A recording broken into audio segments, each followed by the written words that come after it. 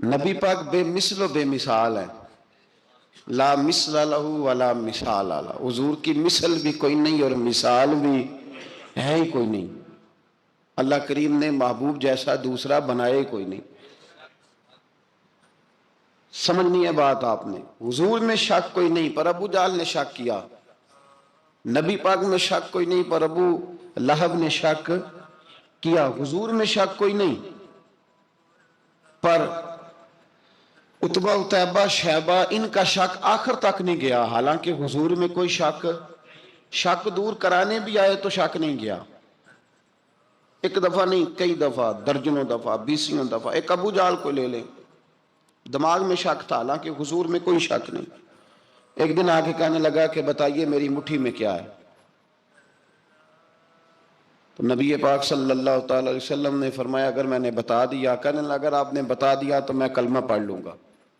حضور نے فرمایا میں نے بتا دینا ہے پر تو نے کوئی نہیں پڑھنا، میں بتا دینا ہے۔ کہ بتائیے، تو حضور نے فرمایا چل سودا کر لیتے ہیں، اگر جو تیری مٹھی میں ہے وہی بتا دے پھر تیرا کیا خیال ہے؟ تو نبی پاک صلی اللہ تعالی علیہ وسلم نے کہا کیا بھئی ابو جہل کی مٹھی میں؟ تو اس کی مٹھی میں کنکر تھے، کنکروں نے کلمہ پڑھنا شروع کر دیا۔ جب کنکروں نے کلمہ پڑھا، پتھر تھے وہ، انہوں نے کلمہ پڑھا، ابو جہل نے وہ کنکر زمین پہ پھینکے کہنے لگا اوہو تیرا جادو تو پتھروں پہاڑوں پہ بھی چلتا ہے۔ اب جملہ کہنے لگا ہوں سمجھ لینا، ابو جہل گوشت کا آدمی تھا، کنکر پتھر تھے، پتھر کلمہ پڑھ گئے، گوشت پوشت کا آدمی تھا پر کلمہ، کیونکہ یہاں کیا تھا؟ شک، اس نے آگے نہیں بڑھنے دیا، گوشت پوشت کا شخص ہو کے پتھروں سے آگے نکل گیا۔ نبی پاک صلی اللہ علیہ وسلم کی خدمت میں آیا، بلکہ وہ جو یہودی والی روایت ہے اس کے پس منظر میں بھی بعض محدثین نے لکھا ہے، اس کو بھی اسی نے بھیجا، کہنے لگا جاؤ نبی پاک سے جا کے کہو اگر وہ درخت آپ کا کلمہ پڑھے تو میں بھی پڑھ لوں گا۔ درخت، اب درخت ہوتے تو جاندار ہیں پر کلمے تو کوئی نہیں نہ پڑھتے، درخت سے بھی تو انسانوں سے کلمہ پڑھنے کی بات، اگر درخت پڑھے تو میں پڑھ لوں گا۔ نبی پاک صلی اللہ علیہ وسلم دور بیٹھے تھے، درخت دور تھا، اور امام سیوطی علیہ رحمہ نے لکھا ہے درخت بھی کیکر کا تھا۔ نبی پاک صلی اللہ علیہ وسلم نے فرمایا اس یہودی سے کہ تو جا کے درخت کو کہہ کہ تجھے نبی پاک بلاتے ہیں۔ فرمایا میں گیا تو پھر تم نے کہنا جادو کر کے بلایا ہے۔ احتیاط بھی کی، ہر چیز آنکھوں کے سامنے رکھی، تو جا کے کہہ کہ تجھے بلاتے ہیں۔ وہ بندہ گیا، جا کے کہنے لگا، اور امام سیوطی نے اس کو لکھا ہے، کہنے لگے اس نے نبی پاک کا نام بھی نہیں لیا، کیونکہ ابو جہل اینڈ کمپنی کو پتا تھا کہ مصطفیٰ کے نام میں بھی بڑی برکت، خالی نام بھی نہیں لیا، کہنے لگا درخت وہ جو سامنے بیٹھے ہیں نا وہ تجھے بلا رہے، نام نہیں لیا حضور کا، وہ جو سامنے بیٹھے ہیں نا، جاءت لدعوتہ الاشجار ساجدۃ، امام بوصیری کہتے ہیں درخت آیا اور سجدہ کرتا ہوا، زمین چیرتا ہوا آیا۔ کس طرح آیا؟ پہلے آگے جھکا، پھر پیچھے جھکا، دائیں جھکا، بائیں جھکا۔ یہاں بھی لکھنے والوں نے لکھا ہے کہ وہ نہ درخت اپنی جڑیں اکھیڑ رہا تھا، جب چلنا تھا نا اس نے حضور کی طرف آنا تھا تو آگے دائیں بائیں ہوا، جڑیں اکھیڑ رہا تھا۔ لیکن ہمارے استاد جب ہمیں یہ روایت پڑھایا کرتے تھے تو کہتے تھے جڑیں نہیں اکھیڑ رہا تھا، جب اس نے سنا مجھے نبی پاک نے بلایا تو اسے وجد ہو گیا تھا، وہ جھومنے لگ گیا تھا، جھوم رہا تھا، حضور نے مجھے بلا لیا، جاءت لدعوتہ الاشجار ساجدہ۔ تو درخت آیا، اس نے آ کے نبی پاک کو سجدہ کیا، لکڑی کا بنا ہوا درخت ہے، سجدہ کیا، سجدہ کرنے کے بعد درخت اٹھا اور اٹھ کے اس نے نبی پاک کا کلمہ پڑھا۔ وہ جس کو ابو جہل نے بھیجا تھا نا یہودی، وہ درخت کی حالت دیکھ کے کلمہ پڑھ گیا، وہ کلمہ پڑھ گیا، لیکن یہی بے ایمان کہنے لگا اوئے ہوئے ان کا تو درختوں پہ بھی جادو چلتا ہے۔ لا ریب فی، شک قرآن پاک میں، لیکن اگر بندے کے دماغ میں ہو اس کا علاج ہے کوئی، ادھر ہی شک بیٹھ جائے۔ میں سادی مثال دیتا ہوں کہ سامنے دیوار صاف ہو لیکن گرد اگر آئینے پہ پڑی ہو، دیوار صاف کرنی چاہیے کہ اینک کا شیشہ صاف کرنا چاہیے؟ ساری زندگی لوگ دیوار صاف کرتے گزار دیتے، ساری زندگی تراش خراش کرتے گزار، اپنی مرضی کی پینٹنگ کرتے گزار دیتے ہیں، پر اپنی آنکھ کی پتلی صاف نہیں کرتے۔ آنکھ کی پتلی صاف نہیں کرتے. کسی نے حضرت رومی سے کہا تھا حضور دنیا میں کوئی اچھا ملتا نہیں, فرمانے لگے تھوڑا رونا شروع کر تاکہ تیری پتلیاں وضو کر لیں, وہ انہیں پتہ چل جائے کہ کتنے صاف ستھرے لوگ دنیا میں پائے جاتے. ابو جال پھر آ گیا, کہنے لگا اگر آپ چاند کے 2 ٹکڑے کر دیں تو میں کلمہ پڑھنے کو تیار. اچھا یہاں بھی بڑی مزے کی بات ہے, اللہ نے پہلے کہہ دیا نبی پاک کو کہ ان الذین کفروا سواء علیہم انذرتہم ام لم تنذرہم لا یؤمنون. محبوب یہ جن کی قسمت میں کفر ہے نا, آپ انہیں ڈرائیں چاہے نہ ڈرائیں, یہ ایمان نہیں لائیں گے.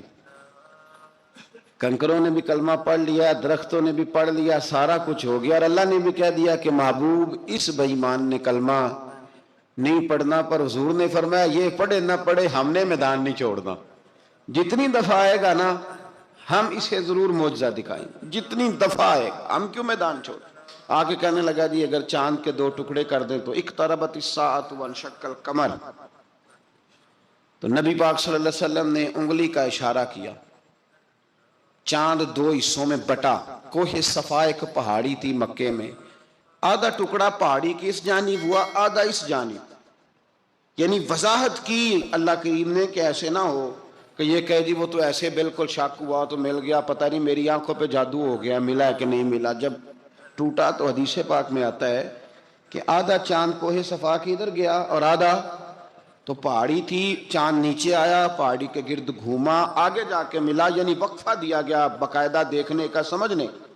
پوری دنیا میں جتنے لوگ اس وقت چاند دیکھ رہے تھے, ہندوستان تک روایتوں میں ملتا ہے کہ لوگوں نے گواہی دی کہ ہم نے چاند ٹوٹتے دیکھا ہے. زمانہ مان گیا, لوگوں کی چیخیں نکل گئیں, لوگ قدموں میں گر گئے. پر وہ جس کے دماغ میں شک تھا نا وہ نہیں مانا. شجر و حجر پہچان گئے پر انسان کی نظروں میں شک ہی رہا. دنیا میں سب سے مجبور, کمزور, بزدل, کم فہم بندہ وہ ہے جس کے دماغ میں شک ہے. سب سے کم فہم آدمی, اس کی فراست روحانیہ زیرو ہے, وہ ایک ناکام شخص ہے. اس کو کسی پہ بھی شک پڑ جائے, کسی پہ بھی. ہم نے دیکھا ہے جو عورت اپنے مرد پہ شک کرنے لگ جاتی ہے اس گھر کا کوئی علاج ہی نہیں ہوتا. جو شکوہ کرتی ہے روٹی کا, پیسوں کا, وہ کسی دور میں مسئلہ اس کا حل ہو جاتا ہے. جو نافرمان ہوتی ہے اس کا بھی مسئلہ کسی نہ کسی زمانے میں حل ہو ہی جاتا ہے. یہ جس کو شک پڑ جاتا ہے نا, شک, اس کا مسئلہ قیامت کی صبح تک حل نہیں ہوتا. اگر مرد کو شک پڑ جائے اس کا مسئلہ بھی کبھی زندگی میں دوبارہ حل, یاد رکھیں. یہ جو شکوک و شبہات ہے نا, قرآن پورا شکوک و شبہات کا ازالہ کرتا ہے. کافر کے سوال کا جواب دیتا ہے, منافق کے سوال کا جواب دیتا ہے. قرآن مجید ہر ایک کی تسلی کراتا ہے, لیکن شروع میں بتا دیا کہ لا ریب فی, شک والی گنجائش اس میں. لوگ آج تک شک کر رہے ہیں کہ اللہ کا کلام ہے کہ نہیں, آج تک لوگ کہیں. تو میرے بھائی شکوک والی زندگی کمزور ہوتی ہے. شکوک والی, عقل مند لوگوں کی زندگی کمزور زندگی ہے. صحابہ کرام عمل والے لوگ تھے, وہ بحثوں میں الجھے رہتے تو عمل نہ کر پاتے. ہمارے ہاں نا بحث ہوتی ہے جس مسئلے کا کوئی تعلق ہی نہیں, الجھنوں سے نکل آئیں. عمل کا رستہ, بحث جو ہوتی ہے یہ عمل کا رستہ روکتی ہے. عقل مند نہ بنے, فرما بردار بنے. میرے بھائی شکوک و شبہات والی جو لائف ہے, لیکن نا انبیاء کرام علیہ السلام کے بارے میں شکوک و شبہات ہیں, اولیاء عظام کے بارے میں. اب ایک نیا شک پیدا ہو گیا ہے کہ فیض ملتا ہے کہ نہیں ملتا. ہم نے فلانے ولی کو دیکھا نہیں, ساری زندگی اس کا نام لیا, فیض ملے گا کہ نہیں. غوث پاک کو دیکھا نہیں, ساری زندگی قادری کہلایا, فیض ملے گا کہ نہیں. خواجہ اجمیر کو دیکھا نہیں, چشتی کہلائے, فیض ملا کہ نہیں. صابر پیا کو دیکھا نہیں, صابری کہلائے, فیض ملا کہ نہیں. او خدا کے بندے, فیض وہ چیز ہے جو نظر نہیں آتی پر محسوس سب سے زیادہ ہوتی ہے. ملے تو حضرت اویس کرنی بھی نہیں تھے نبی پاک سے, وہ بھی نہیں ملے تھے, ملاقات تو ان کی بھی نہیں ہوئی تھی. کیا کہو گے, ملاقات نہیں ہوئی لیکن فیوز و برکات کا یہ عالم ہے کہ میرے محبوب نے فرمایا وہ دعا کرے گا تو اللہ میری امت کی بخشش فرمائے گا. تو آپ ہمارے صوفیاء میں ایک سلسلہ اویسیہ ہے. سلسلہ ویسیہ میں اکثر ملاقات نہیں ہوتی، اکثر نہیں ملاقات ہوتی بغیر دیکھیں نا، آپ جب کسی کا نام جپتے ہیں، جب کسی کا نام لیتے ہیں، جب اسی کا ذکر کرتے ہیں، جب اسی کے تذکرے میں رہتے ہیں، تو اللہ تبارک و تعالیٰ کے یہ جو کامل لوگ ہوتے ہیں یہ متوجہ ہو جاتے ہیں، ان کی توجہ ہوتی ہے۔ اور خود سرکار نے فرمایا دو آپس میں محبت کرنے والے، ایک مشرق میں ایک مغرب میں، قیامت کے دن اللہ دونوں کو جنت میں اکٹھا فرما دے گا۔ یہ کیا بات ہوئی کہ ہر بات میں شک کرنا کہ جی وہ فلانے سے ملاقات ہی نہیں ہوئی؟ تو کس طرح بھئی، ملاقات ایک الگ چیز کا نام ہے، ملاقات ایک الگ شے کا نام ہے، اور فیوز و برکات ایک اللہ سے ملاقات ہوئی ہے۔ رزق دیتا ہے کہ نہیں؟ زندگی دیتا ہے، ساری چیزیں دیتا ہے، تو ملاقات تو کوئی نہیں کرتا۔ تو اس لیے ہر چیز کو ٹھیک ہے، وہ جو جگہ جس جگہ پہ جو بات ہے اس کو وہاں رہنا چاہیے، لیکن یہ شکوک ہیں، ان سے باہر نکلیں، ان سے باہر آئیں۔ اولیاء اللہ کا جو فیضان ہے، ان کی جو محبت ہے، ان کے جو طریق، حضرت سلیمان بن بشار رحمت اللہ علیہ بزرگ گزرے ہیں، وہ کہتے ہیں میرے پاس، میں بڑا خوبصورت تھا، جوانی میں دین کی تھوڑی سی خدمت کرتا تھا، تو ایک عورت آ گئی، اس عورت نے میرے ساتھ کچھ مجھ سے مانگا، مطالبہ کیا، تو میں نے کہا کوئی بھکارن ہے۔ میں نے جب اس نے نقاب اوڑھا ہوا تھا، جب میں نے اس کی طرف پیسے دینے کے لیے، خیرات دینے کے لیے کوئی چیز بڑھائی، تو اس نے چہرے سے کپڑا ہٹایا، میں نے نظر جھکا لی، کہنے لگی سلیمان میرا رنگ روپ تو دیکھ، میں کتنی خوبصورت ہوں، میں تیری محبت میں گرفتار ہو گئی، خدا را میں اپنے آپ کو تیرے حوالے کرتی ہوں۔ آپ فرماتے ہیں جب اس کے نیت اور ارادے میں اور لفظوں میں میں نے فطور دیکھا، تو میں استغفر اللہ پڑھتا وہاں سے بھاگ گیا، اتنا دوڑا کہ میں بصرہ سے باہر نکل گیا، شہر سے ہی باہر آ گیا۔ عورت سے دوڑ رہا ہے، مرد، نوجوان، خوبصورت۔ فرماتے ہیں عشاء کی اذانیں ہو رہی تھی، نماز پڑھ کے میں مسجد میں سو گیا، تو مجھے حضرت یوسف علیہ السلام کا دیدار ہو۔ جناب یوسف کہتے ہیں میں حضور کا غلام اور غلاموں کا غلام اور صدیوں بعد کا غلام، تو جناب یوسف علیہ السلام میری خواب میں آئے اور کہنے لگے اٹھ جوان، میرے سینے سے لگ، یار تو نے تو نبی پاک کا امتی ہو کے وہ کام کیا ہے جو میں نے نبی ہو کے کیا تھا۔ اب کام حضرت یوسف والا کیا تھا نا، تو صدیوں اور سالوں اور مہینوں کا فاصلہ بن سکا، تو وہ آ گئے۔ مسئلہ یہ ہے کہ شکوک و شبہات والی زندگی نقصان دیتی ہے۔ حضرت ہمارے سلسلہ مقدسہ میں ایک سلسلہ علویہ ہے جو اعلیٰ حضرت فاضل بریلوی کو حاصل تھا، شاہ عبدالعزیز صاحب محدث دہلوی رحمۃ اللہ تعالیٰ علیہ نے بڑا لکھا مولا علی کی شان پہ، حضرت علی پہ کلام، ان کا ذکر، ان کے تذکرے اس قدر فنا ہو گئے کہ ہر وقت ذکر علی کرتے۔ فرماتے ہیں مجھے خواب میں حضرت علی کا دیدار ہوا، انہوں نے مجھے بیعت فرمایا اور مجھے اپنے سلسلہ مبارکہ میں اجازت دی۔ تو شاہ صاحب رحمت اللہ علیہ فرمایا کرتے تھے کہ میں نے وہ بہت کم لوگ ہیں جن کو پھر ان میں بیعت فرمایا جاتا ہے، تھوڑے چند لوگ، اور ان کو سلسلہ مبارکہ میں اس میں چند لوگ ہیں۔ اعلیٰ حضرت کے بعد شاہ علیہ رسول ہیں، شاہ علیہ رسول کے بعد شاہ عبدالعزیز محدث دہلوی ہیں، وہ ڈائریکٹ مولا علی شیر خدا سے بیعت۔ تو مطلب یہ ہے کہ کام شکوک و شبہات سے نکلیں۔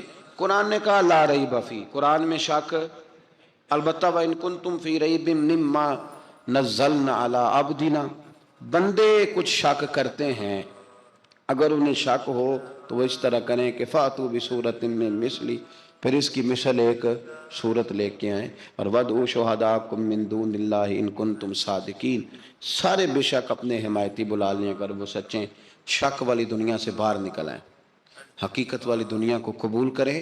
شکوک و شبہات کا ازالہ نہیں ہوتا، شک دوسرے شک کو جنم دیتا ہے، نقص دوسرے نقص کو جنم دیتا ہے، غلطی دوسری غلطی کو جنم دیتی ہے۔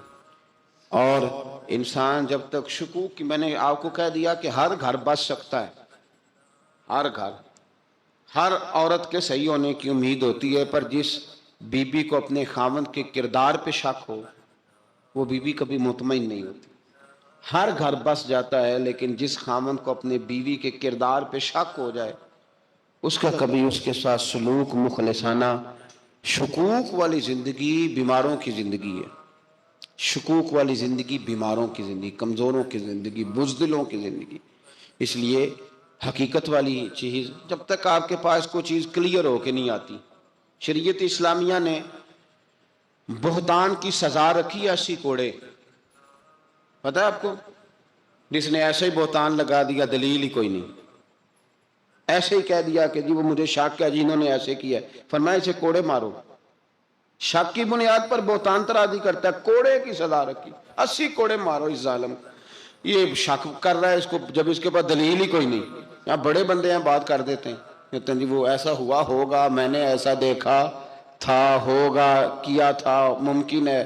تو یہ شکوک ہے، اس شکوک، یہ سامنے والے کا کچھ بھی نہیں بگڑتا، اس بیچارے کا کیا بگڑنا ہے۔ یاد رکھیں، بڑی خوبصورت بات یہاں حضرت عبداللہ ابن مسعود کی، آپ فرمایا کرتے تھے جب کسی بندے پر بندے شک کرتے ہیں اور ناجائز شک کرتے ہیں، اللہ اس کی عزتوں میں اضافہ فرما دیتا ہے، اللہ اسے شانیں عطا کرتا ہے۔ اپنی زندگی کو بیماریوں سے نکالنے، یہ روحانی بیماری ہے شک، اس سے باہر آنا، یہ ظلم ہے۔ اولیاء پہ بھی شک، صوفیاء پہ بھی شک، علماء پہ بھی شک، ہر بندے پہ شک، کوئی صحیح نہیں، سارے غلط، میں اکیلا صحیح۔ اس شک سے باہر آ جائیں، یہ نفسیاتی مریض بنا دے گا، بے سکون کرے گا، بے قرار کرے گا۔ اللہ تبارک و تعالیٰ نے ہمارے محبوب کریم علیہ السلام کو دنیا میں بھیجا تو فرمایا یا ایھا الناس قد جاءکم برہان من ربکم، اے لوگو تمہارے پاس تمہارے رب کی دلیل آ گئی۔ اللہ تبارک و تعالیٰ نے محبوب پاک علیہ السلام کو سراپا دلیل بنا کے بھیجا۔ باقی انبیاء کرام علیہم السلام کے پاس بھی اپنی نبوت کے دلائل کے طور پر بے شمار معجزات تھے، اور حضور کریم علیہ السلام کے تو پورے وجود کو ہی اللہ نے معجزہ بنائے۔ اور نبی پاک صلی اللہ تعالیٰ علیہ وآلہ وسلم کی نبوت کی دلیلیں، حضور کے رسالت کے مستحکم دلائل جگہ جگہ آپ کو ملیں گے۔ سب سے پہلی چیز تو یہ سمجھنے والی ہے کہ نبی پاک علیہ السلام نے جس چیز کو سب سے پہلے اپنی نبوت کی دلیل کے طور پر بیان فرمایا وہ حضور کا کردار ہے، سیرت ہے، عمل ہے، حضور کا لوگوں کے ساتھ رویہ ہے۔ نبی پاک علیہ السلام کی تبلیغ کے 3 دور ہیں۔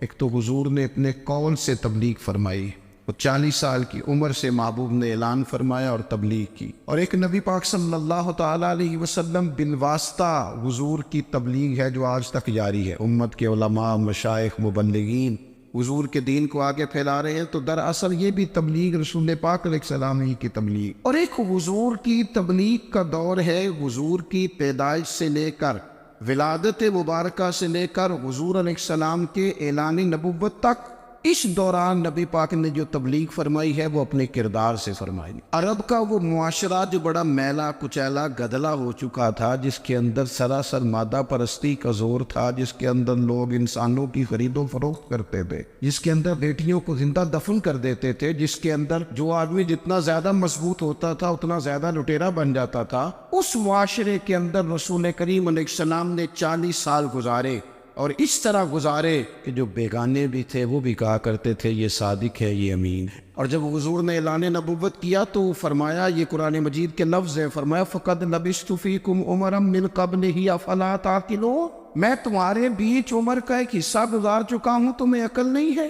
شعور نہیں ہے۔ نبی کریم علیہ السلام نے اپنے کردار کو، اپنے عمل کو اپنی نبوت کی دلیل کے طور پر بیان فرمایا۔ وہ تو حضرت حلیمہ بھی فرماتی ہیں نا، جب میں نبی کریم علیہ السلام کو اپنے گھر لے گئی تو میرا اپنا بچہ بھی دودھ پیتا تھا، 2 میرے بیٹے ہو گئے، ایک میری یہ نسبی اولاد اور حضور میری رضائی اولاد۔ تو کہتی ہیں جب میں کریم محبوب علیہ السلام کو اپنے سینے سے لگاتی تھی تو حضور میرے ایک پستان سے دودھ پیتے تھے اور دوسرا اپنے بھائی کے لیے چھوڑ دیا کرتے۔ یہاں سے رسول کریم علیہ السلام نے کردار کے ذریعے تبلیغ اور پھر اعلان نبوت سے پہلے ایک تنظیم عرب کے جوانوں پر، عرب کے سرداروں پر مشتمل بنائی گئی، جس میں نبی کریم علیہ السلام نے بڑا حصہ لیا، سرکار نے، اور بڑے اہم لوگوں کو شعور حضور نے عطا فرمائے۔ وہ اس جماعت کا فیصلہ تھا کہ ہم سارے جوان، سارے بڑے لوگ ملیں گے، یہ حضور کے اعلان نبوت سے پہلے کی بات ہے، ہم بڑے لوگ ملیں گے، کسی بڑے کو کسی چھوٹے پر ظلم نہیں کرنے دیں گے، کسی آدمی کو کسی غریب کا حق نہیں کھانے دیں گے۔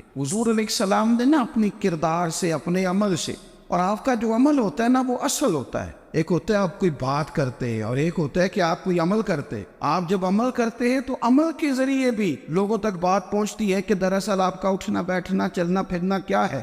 میرے رسول کریم علیہ السلام کا اٹھنا بھی ایک نبی کا، بیٹھنا بھی ایک نبی کا، بات کرنا بھی ایک نبی کا، معاملات زندگی کرنا بھی ایک نبی کا، لین دین کرنا بھی ایک نبی کا. ایک شخص کہتے ہیں میں نے اعلان نبوت سے پہلے حضور علیہ السلام سے کوئی چیز خریدی تھی اور میں نے عرض کیا تھا آپ یہاں تشریف رکھے میں پیسے لے کے آتا ہوں. میں 3 دن کے بعد آیا.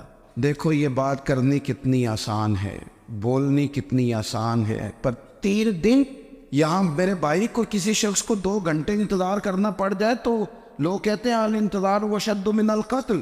یہ تو قتل سے زیادہ تکلیف والا معاملہ ہے منتظر رہنا کسی کا.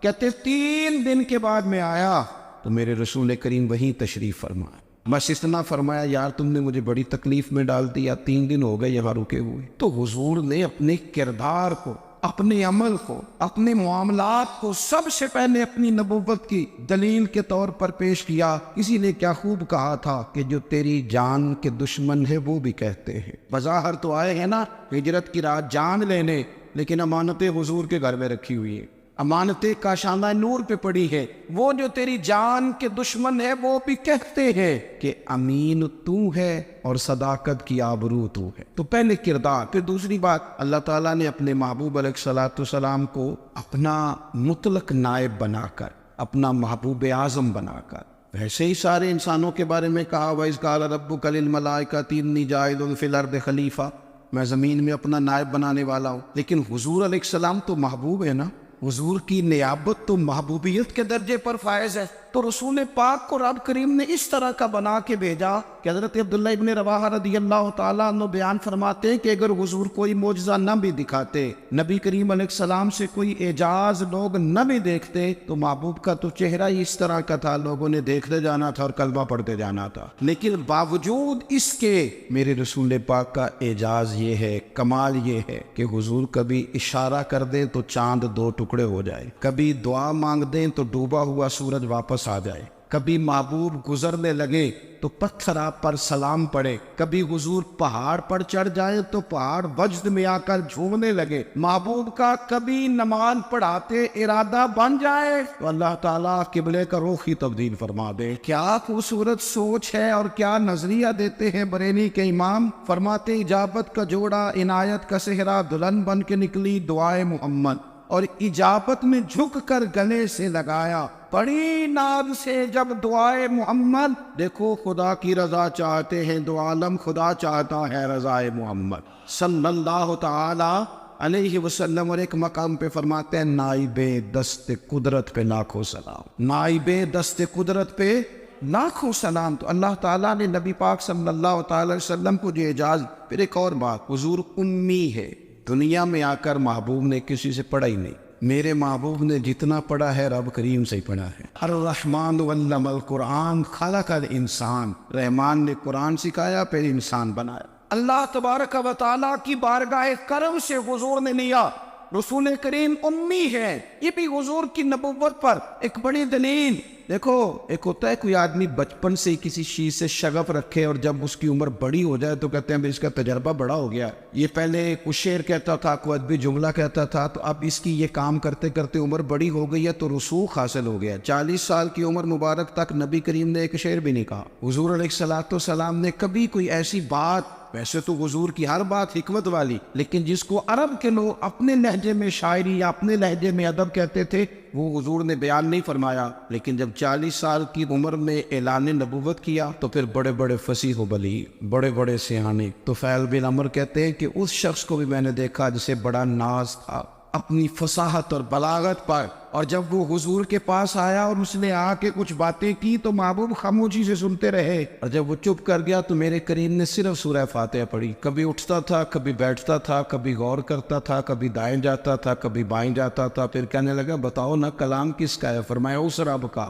اس رب کا, اس رب کا جس کا میں رسول بن کے آیا ہوں. نبی کریم صلی اللہ تعالی علیہ وسلم امی ہے, لیکن حضور نے کائنات کے رازوں سے پردے ہٹا دیے. نبی کریم نے جینے کے سلیقے بتا دیے. حضور نے ہر شخص کو اس کے مقصد حیات سے آگاہ کر دیا. نبی کریم علیہ السلام نے وہ فلسفہ حیات بیان کیا کہ لوگوں کو صرف جینے میں مزہ نہیں آیا, مرنے میں بھی مزہ آنے لگا. لوگ آگے بڑھ بڑھ کے جانیں پیش کرنے لگے, اپنی اولادیں قربان کر, جو فلسفیوں سے کھل نہ سکا اور نکتہ بروں سے حل نہ ہوا. وہ راز ایک طیبہ والے نے بتلا دیا چند اشاروں میں۔ محبوب کریم امی ہیں، لیکن حضور نے اس طرح دنیا کو سکھایا، اس طرح دنیا کو پڑھایا، اس طرح حضور نے علم کے چراغ اور دیپ روشن کیے کہ قیامت تک جسے روشنی ملے گی نا، اسے صرف دروازہ مصطفیٰ سے ملے گی، اسے رسول کریم علیہ السلام کے در دولت سے ملے۔ کچھ لوگوں نے کہا کہ اپنے پاس سے آیات بنا کے لاتے، اپنے گھر میں بیٹھ کے دعوے کر لینا تو کوئی مشکل کام نہیں نہ ہوتا، سارے لوگ ہی کر لیتے۔ بلکہ وہ ہمارے ایک بزرگ کہا کرتے تھے، خیالی پلاؤ پکائیے کہ ہو کدے بھی کاٹ نہ پائیے، کیونکہ کون سا پیسوں کا ڈالنا ہے، وہ زیادہ ڈالیں آپ اور زیادہ ڈالیں۔ بہت سارے لوگ ہیں آج بھی، کچھ لبرل ہیں بیچارے، کچھ دین بیزار طبقہ ہے، وہ کہتے ہیں جناب ہمیں تو جدید باتیں بتائیں، ہمیں تو نئے اسلوب کے مطابق لے کے چلے، ہمیں تو او بھائی سن، میرے نبی پاک علیہ السلام نے فرمایا میرا قرآن کبھی پرانا نہیں ہو، اسے پڑھ کے دیکھ، اس کی جدت کا حسن دیکھ، یہ تو کھلا ہوا باغ ہے، تو ایک دفعہ اس کے قریب آئے گا تو خوشبو ملے گی، دوسری دفعہ آئے گا تو اس سے زیادہ تازی ملے گی، ایک دفعہ پھل کھائے گا تو مزیدار ہوگا، دوسرا کھائے گا ہو سکتا ہے شکل ملتی جلتی ہو لیکن ذائقہ بڑا نرالا ہوگا۔ تو تو صحیح نا۔ جب کچھ لوگوں نے کہا یہ خود سے بنا کے آیات لاتے ہیں تو فرمایا وَإِن كُنتُمْ فِي رَيْبٍ مِّمَّا نَزَّلْنَا عَلَىٰ عَبْدِنَا فَأْتُوا بِسُورَةٍ، اگر تمہیں کوئی شک ہے اس میں جو ہم نے اپنے بندہ خاص میں نازل کیا ہے تو تم بھی اس جیسی ایک آیت بنا کے لاؤ۔ اور چلو چیلنج کھلا دے دیا، فرما وَادْعُوا شُهَدَاءَكُم مِّن دُونِ اللَّهِ، اللہ اور اللہ والوں کو چھوڑ دو، تفسیری ترجمہ عرض کر رہا ہوں، یعنی صحابہ کو چھوڑ دو، حضور کے ماننے والوں کو چھوڑ دو، باقی ساری دنیا کے کافر کٹھے ہو جاؤ، ایک آیت بس قرآن جیسی لے کے آؤ، ایک آیت لے کے آؤ، ان کنتم صادقین، اگر تم سچے ہو۔ جوانوں سنو، کہا ایک آیت، اور یہ چیلنج آج تک قرآن مجید کا موجود ہے، آج تک وَإِن كُنتُمْ فِي رَيْبٍ مِّمَّا نَزَّلْنَا عَلَىٰ عَبْدِنَا فَأْتُوا بِسُورَةٍ مِّن مِّثْلِهِ، تم قرآن کے مقابلے کی ایک صورت لے کے آؤ اور سارے حمایتی اکٹھے کر لو اپنے۔ ان کنتم صادقین، اگر تم سچے ہو۔ جواب تو ادھر سے آنا تھا نا، لیکن کائنات کے رب نے جواب بھی خود دیا، فرمایا فَإِن لَّمْ تَفْعَلُوا وَلَن تَفْعَلُوا، اگر تم نہ لا سکے، اور فرمایا تم لا سکتے بھی نہیں، نہ خنجر اٹھے گا نہ تلوار تم سے، یہ بازو میرے آزمائے ہوئے، وَلَن تَفْعَلُوا، تم لا بھی نہیں سکتے، فَاتَّقُوا النَّارَ الَّتِي وَقُودُهَا النَّاسُ وَالْحِجَارَةُ، پھر اس آگ سے ڈر جاؤ جس کا ایندھن آدمی اور پتھر ہے۔ اعدت للکافرین، بنائی کافروں کے لیے، مومنوں کے لیے تو رب نے جنت بنائی ہے۔ اعدت للکافرین، یہ دوزخ اللہ نے کن کے لیے بنائی ہے؟ اعدت للکافرین کہتا ہے کافر کے لیے بنایا۔ تو اللہ تبارک و تعالیٰ نے میرے رسول پاک صلی اللہ تعالیٰ علیہ وسلم کو وہ کتاب عطا فرمائی، اور پھر حضور کی فصاحت و بلاغت، معرفت۔ دیکھو، ایک ہوتا ہے گھنٹوں باتیں کرنا، ایک ہوتا ہے کئی والیم پر مشتمل، کئی جلدوں پر مشتمل کتب کا لکھنا، اور ایک ہوتا ہے کسی بندے کا ایک بات کرنا اور سامنے والے کی طبیعت کو اتنا جگا دینا کہ اگلی بات فوراً ہی اس کی سمجھ میں آ جائے۔ اور حضور نہ کسی کی انا کو نہیں جگاتے، ہم بعض اوقات کسی سے خطاب کرتے ہیں، بات کرتے ہیں تو سامنے والے کی انا کو جگا دیتے ہیں، ٹھیس پہنچاتے ہیں، وہ کہتا چل پھر تگڑا ہو جا میں بھی آیا۔ حضور انا نہیں جگاتے تھے، میرے نبی پاک ضمیر جگاتے تھے تاکہ وہ شخص فیض حاصل کر سکے، اسے کچھ ملے۔ نبی کریم کا جو انداز تکلم ہے وہ اس طرح کا ہوتا تھا کہ انسان خود بخود کھل اٹھتا تھا کہ مطلب یہ بات ہونے کیا لگی ہے، مطلب حضور کیا فرمانے لگے۔ نبی کریم صلی اللہ تعالی علیہ وسلم، ایک دن محبوب کریم نے صحابہ کے دیے حضور کی فصاحت و بلاغت دیکھے، فرمایا محبوب نے کتنا نادان ہے وہ شخص جو اپنے ماں باپ کو گالی دے۔ کھلی ہو گئی لوگوں کی آنکھیں، کان کھڑے ہو گئے کہ یا رسول اللہ کون ایسا بدبخت ہے جو ماں باپ کو گالی دے گا۔ اب جب سوالات ذہنی سطح پر پوری طور پر ابھر گئے نا، تو اب رسول کریم نے بات سمجھائی، یہ ہے فصاحت و بلاغت، تیرے آگے ہے یوں دبے نچے۔ فصحا عرب کے بڑے بڑے، کوئی جان منہ میں زبان نہیں بلکہ جسم میں جان نہیں۔ یا رسول اللہ کون ایسا نالائق ہے جو ماں باپ کو گالی دے؟ اب جب ذہنی سطح یہاں تک ابھر آئی تو اب حضور نے سمجھایا، اور میں جب تم کسی کے ماں باپ کو گالی دو گے نا تو وہ بھی تو جواب میں تمہارے ماں باپ کو دے گا نا، تو فی نفس ہی یہ تم نے خود ظلم کیا ہے اپنے ماں باپ۔ کیوں تم نے ایسا لہجہ اختیار کیا کہ جس سے سامنے والے کی انا جاگ جائے اور تمہارے مقابلے میں آ کر کے کھڑا ہو جائے؟ کیوں تم نے اس طرح کے انداز اختیار کیے کہ جس سے سامنے والا بھی سارے پنجے کھڑے کر کے باہر نکل آیا کہ آ جاؤ پھر میں بھی میدان میں حاضر ہوں؟ رسول کریم کی فصاحت، بلاغت دیکھیں نا، حضور 2-4 جملوں میں ساری بات سمجھا جاتے۔ ایک حدیث پاک اگر ہماری سمجھ میں آ جائے، ایک روایت، نبی پاک صلی اللہ تعالی علیہ وسلم نے فرمایا خوبصورت مسلمان وہ ہے جو بے مقصد باتوں کو چھوڑ دے.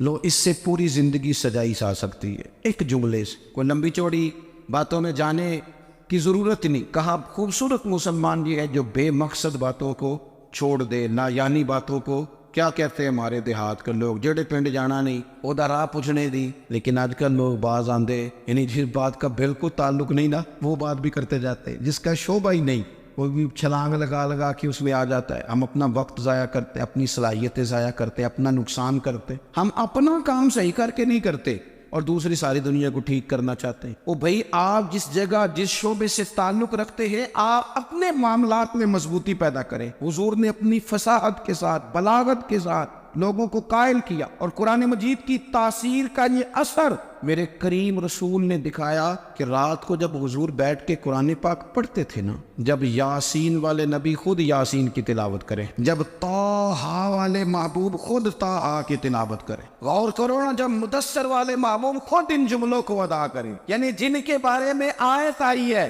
جب وہی یہ آیت پڑھیں کہ انا اعطیناک الکوثر, یعنی جن کا ذکر ہو رہا ہے جب وہ یہ بات کریں کہ یا ایھا النبی انا ارسلناک شاہدا ومبشرا ونذیرا لتؤمنوا باللہ ورسولہ وتعزروہ وتوقروہ وتسبحوہ بکرۃ واصیلا, جن کے بارے میں آیت آئی ہے جب وہ یہ کہہ رہے ہوں کہ ورفعنا لک ذکرک, جب وہ کہہ رہے ہوں والضحیٰ واللیل اذا سجا, ذرا اس کیفیت کو دیکھیں جب محبوب خود پڑھ رہے ہوں اور جو حضور پر آئی ہے اس کا ذائقہ, اس کا لطف, اس کا انداز بھلا کیا ہوگا.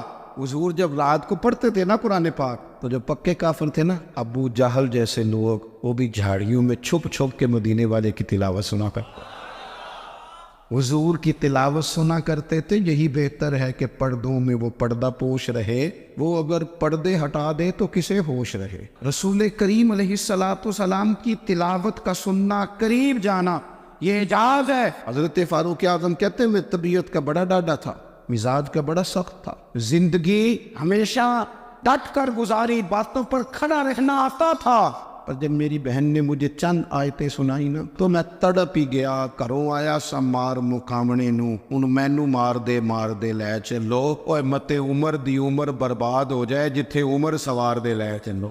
یہ اعجاز ہے رسول کریم صلی اللہ تعالیٰ علیہ وسلم پر نازل ہونے والی کتاب کا. پھر حضور نے خبریں دی, نبی پاک نے خبریں دی. حضور نے فرمایا روم فتح ہوگا, وہ ہوا. نبی کریم علیہ السلام نے فرمایا شام فتح ہوگا تو شام فتح ہوا. فرمایا ایران فتح ہوگا تو ایران فتح ہوا. سراقہ بن مالک کہتے ایک گاؤں پر بھی مسلمانوں کی حکومت نہیں تھی. ایک گاؤں پر حضور مکہ مکرمہ سے نکل رہے تھے, مدینہ طیبہ تشریف لے جا رہے تھے, ابھی راستے میں تھے. میں 100 سرخ اونٹوں کے لالچ میں معاذ اللہ حضور کو گرفتار کرنے پہنچ گیا. محبوب نے حکم دیا, حضور کا معجزہ میں نے آنکھوں سے دیکھا, میرا گھوڑا زمین میں دھستا چلا گیا. میں نے معافی مانگی, حضور نے معاف کر دیا. میں نے سمجھا اچانک ہو گیا ہے. یہ منوانا بھی بڑا مشکل کام ہے. شجر و حجر پہچان گئے, انسان کی نظروں میں شاکی رہا. یہ کچھ ایسے لوگ ہیں جن کو منوانا توبہ توبہ, ماننے کو تیار نہیں, دیکھ دیکھ کے بھی ماننے کو تیار ہے نہیں, ماننے کو تیار ہے نہیں. کہتے ہیں کہ میں نے پھر چاہا آگے بڑھنا تو پھر زمین کے اندر میرے گھوڑے کے پیر دھنسنے لگے, پھر معافی مانگی. کریم تیرے معاف کرنے کی ادا پہ بھی قربان جائے. یہ نہیں فرمایا کہ تو بار بار یوں ہی کرتا ہے, فرمایا معافی مانگتا ہے جا, میں نے معاف کیا. کہتے ہیں 3 دفعہ میں آگے بڑھا, 3 دفعہ حضور نے معاف کیا تو مسکرا کے فرمانے لگے تو یہاں مجھے گرفتار کرنے آیا ہے, وہ کیسر روم کا علاقہ فتح ہوگا. وہ کنگن جو پہنتا ہے نا ہاتھوں میں, بادشاہ کے کنگن معروف ہیں, وہ تیرے ہاتھوں میں آئیں گے. اللہ کرے آپ سمجھیں. یہ جو لوگ ڈری ڈری سہمی اور ہمارے بچے مایوسی کی معاذ اللہ باتیں کرتے ہیں, وہ دیکھیں حضور کس طرح کی گفتگو فرماتے. ابھی ایک گاؤں پر بھی اسلام کی حکومت نہیں, لیکن حضور کا خبر دینے کا انداز. کریم فرمانے لگے وہ کیسر روم کے جو کنگن ہوں گے وہ تیرے ہاتھوں میں آئیں گے. جناب سراقہ بن مالک فرماتے ہیں کہ میں مسلمان ہو گیا, حضور کا وصال ہو گیا, کنگن نہیں آئے. حضرت ابوبکر صدیق کا وصال ظاہری ہو گیا, کنگن نہیں آئے. جناب عمر کا دور آ گیا, سراقہ بوڑھے ہو گئے. کوئی بندہ پوچھتا نا کہ اب تو عمر ڈھل گئی ہے, زندگی کا پتہ نہیں, کہنے لگے نہیں میں نہیں جاتا جب تک کنگن نہیں آتے اسرائیل کوئی نہیں آئیں گے, کیونکہ ساڈے نبی دی زبان ساڈے واسطے قرآن. جو دن کو کہہ دیا دن ہے تو دن نکل آیا.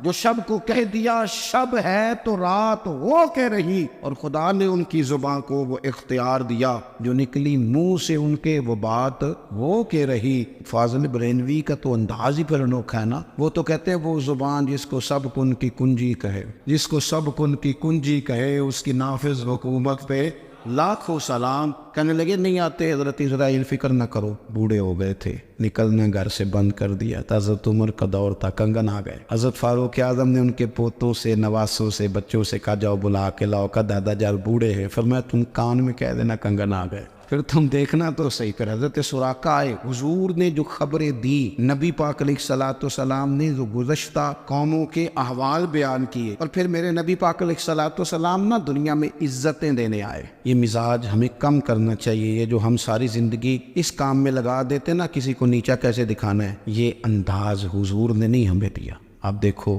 حضور تشریف لائے تو ہمیں پتہ چلا کہ حضرت یوسف جیسا سونا کوئی نہیں، حضور تشریف لائے تو ہمیں پتہ چلا کہ حضرت داؤد جیسی خوبصورت آواز کسی کی نہیں، حضور تشریف لائے تو ہمیں پتہ چلا کہ جناب عیسیٰ علیہ السلام کا فقر اختیاری کس طرح کا تھا، محبوب تشریف لائے تو ہمیں پتہ چلا کہ حضرت موسیٰ کا جلال کس طرح کا تھا۔ یہ تو حضور آئے تو نبی پاک علیہ السلام نے اس کی بھی عظمت بیان کی، اس کی بھی شان بیان کی۔ حضور نے بتایا کہ ابو بکر صدیق کی شان کیا ہے، فاروق اعظم کا مرتبہ کیا ہے، عثمان غنی کی حیا کیا ہے، مولا علی کی شجاعت کیا ہے، اہل بیت نبوت کی عظمت کیا ہے۔ حضور آئے عزتیں دینے، ماں کو عزت دی مدینے والے رسول، کہا جس کا باپ راضی ہو گیا اس کا رب راضی ہو گیا۔ فرمایا جو 2 بیٹیاں، 3 بیٹیاں، 4 بیٹی بہنیں یا 1 بیٹی یا بہن بیاہ کے آ گیا نا، اس طرح میری 2 انگلیاں جڑی ہوئی ہیں، میرے ساتھ جڑ کے جنت میں جائے گا۔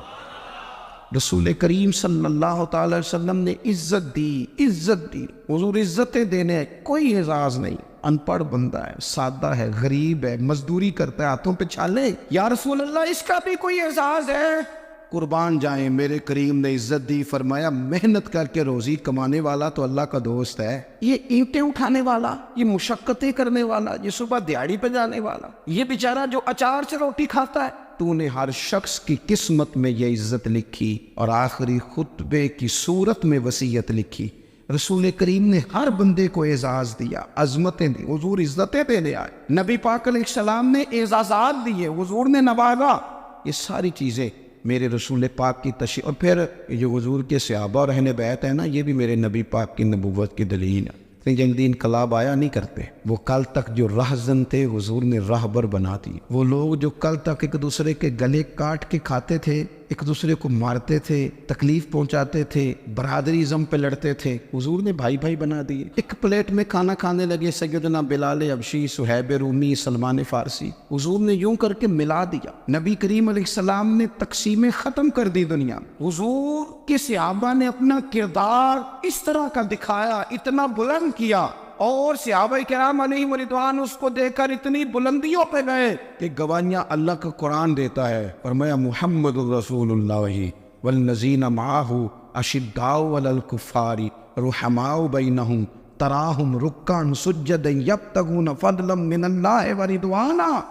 اور میں یہ جو میرے محبوب کے ساتھ والے ہیں کافروں پر سخت ہیں، آپس میں نرم دل ہیں، تم جب بھی انہیں دیکھو گے سجدے کرتے دیکھو، رکوع کرتے دیکھو گے، تم انہیں دیکھو گے اللہ کی رضا کے متلاشی ہے۔ انہیں ساری مادہ پرستی سے نکال کر محبوب نے رب کی رضا کے رستے پہ ڈال دیا۔ میرے نبی کریم سید عالم صلی اللہ تعالی علیہ وسلم کی نبوت کے دلائل کے طور پر یہ ساری چیزیں آئیں۔ بس میں بات سمیٹنے لگا ہوں، حضور کا جو اخلاق ہے نا، وہ بھی نبی کریم علیہ الصلوۃ والسلام کی نبوت کی بہت بڑی دلیل ہے۔